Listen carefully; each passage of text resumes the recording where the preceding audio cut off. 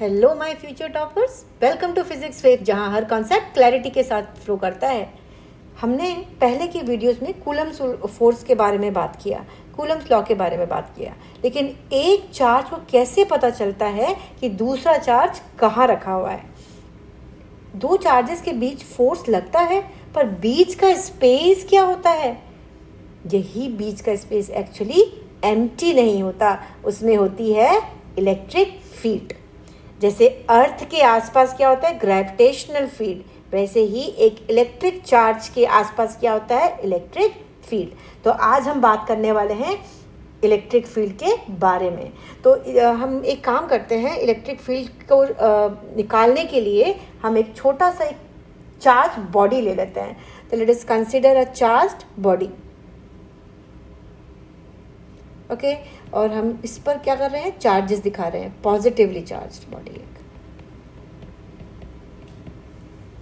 Okay, और हम एक स्मॉल क्यू चार्ज ले रहे हैं। We assume that a charge Q which is placed at this point O. एक छोटा सा चार्ज हमने ले लिया क्यू, ठीक है, और इसकी वजह से हम फील्ड निकालने जा रहे हैं। हम ये अज्यूम कर रहे हैं कि ये जो चार्ज क्यू है एक इलेक्ट्रिकल एनवायरनमेंट अपने सराउंडिंग में प्रोड्यूस करेगा, और उसको हम क्या बोलते हैं? Electric field.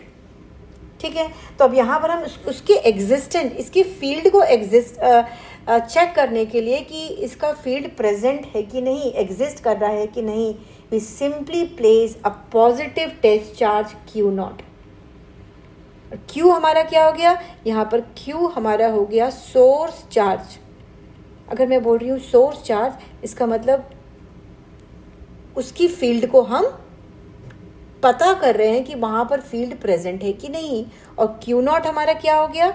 Test charge. ये पता करेगा कि सोर्स चार्ज का फील्ड प्रेजेंट है कि नहीं। ठीक है, तो यहाँ पर हम Q और Q नॉट, हमने दो चार्जेस को ले लिया। अब मैं हमें ये हम पढ़ चुके हैं कूलम्स फोर्स के अंदर कि अगर दो चार्जेस पॉजिटिव होंगे तो they will exert a force of repulsion on each other. दोनों के बीच का फोर्स कैसा होगा? Force of repulsion. तो अगर Q और Q नॉट का फोर्स लगाती हूँ तो Q ने Q नॉट पर फोर्स लगाया तो किधर गया? ये इस तरह। ठीक है, ये हमारा डायरेक्शन ऑफ फोर्स हो गया। ओके, ये कोई भी पॉइंट हमने P ले लिया, तो हम ये बात कर रहे हैं यहाँ पर कि F is the force exerted on the test charge. Test charge पे फोर्स लगा, क्यों लगा? क्योंकि ये Q ने Q नॉट पे फोर्स लगाया। अब हम इस इलेक्ट्रिक फील्ड को डिफाइन कर लेते हैं। इलेक्ट्रिक फील्ड की डेफिनेशन क्या होगी? तो इलेक्ट्रिक फील्ड एक पॉइंट पे निकाल रहे हैं, तो the electric field at a point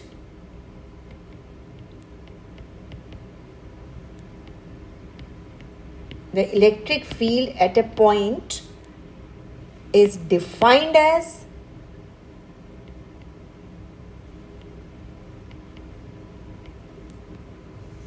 the electrostatic force। हम फोर्स तो कूलम की बात कर रहे हैं, वही इलेक्ट्रोस्टैटिक है, Coulombian force.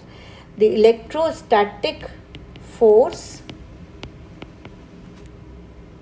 Per unit test charge, per unit test charge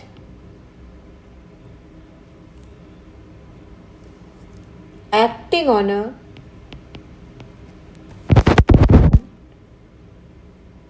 very small और vanishingly small भी आप बोल सकते हो, infinitesimally small भी बोल सकते हो, acting on a very small positive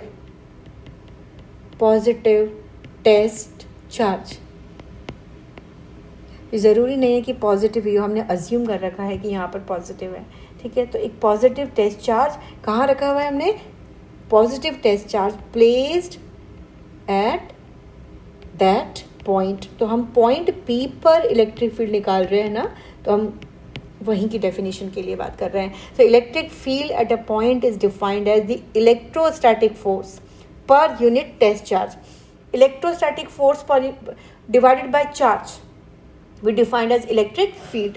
लेकिन यहाँ पर एक मैंने टर्म ऐड कर दिया है, वेरी स्मॉल पॉजिटिवली चार्ज। तो हम क्या कर रहे हैं? हमने मैग्नीट्यूड जो Q नॉट का है बहुत ही कम ले रखा है। क्यों कम ले रखा है? ताकि हम फील्ड क्यू की निकालें, क्यू नॉट की नहीं।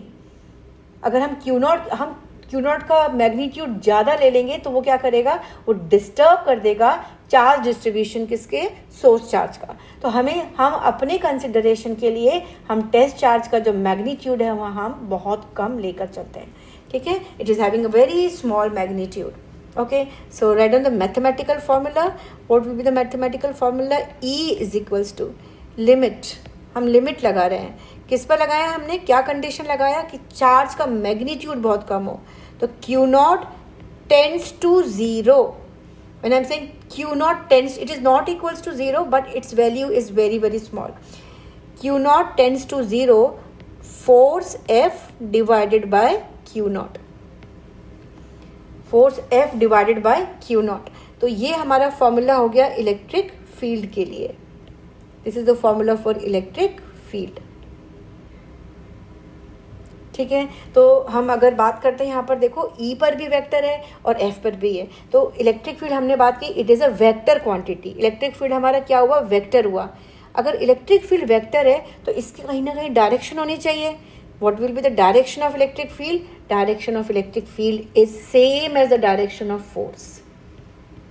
जिस डायरेक्शन में फोर्स लगता है उसी डायरेक्शन में इलेक्ट्रिक फील्ड लगेगी।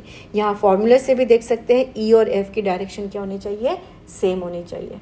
सो we can say that E is a vector quantity and its direction is same as that of the force exerted on the positive test charge, ठीक है।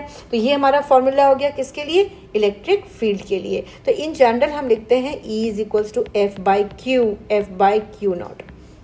और यहाँ से ना हम एक बहुत ही इंपॉर्टेंट फार्मूला भी हम निकाल सकते हैं। जैसे F की अगर हम बात करते हैं, एक ऐसा फोर्स जो चार्ज Q नॉट पे लगेगा जब उसको हमने इलेक्ट्रिक फील्ड के अंदर रख दिया। And what is that formula for force, F equal to Q E, F equal to Q naught E, F equal to QE, and we are going to use these formulas for deriving the other expressions, other formulas.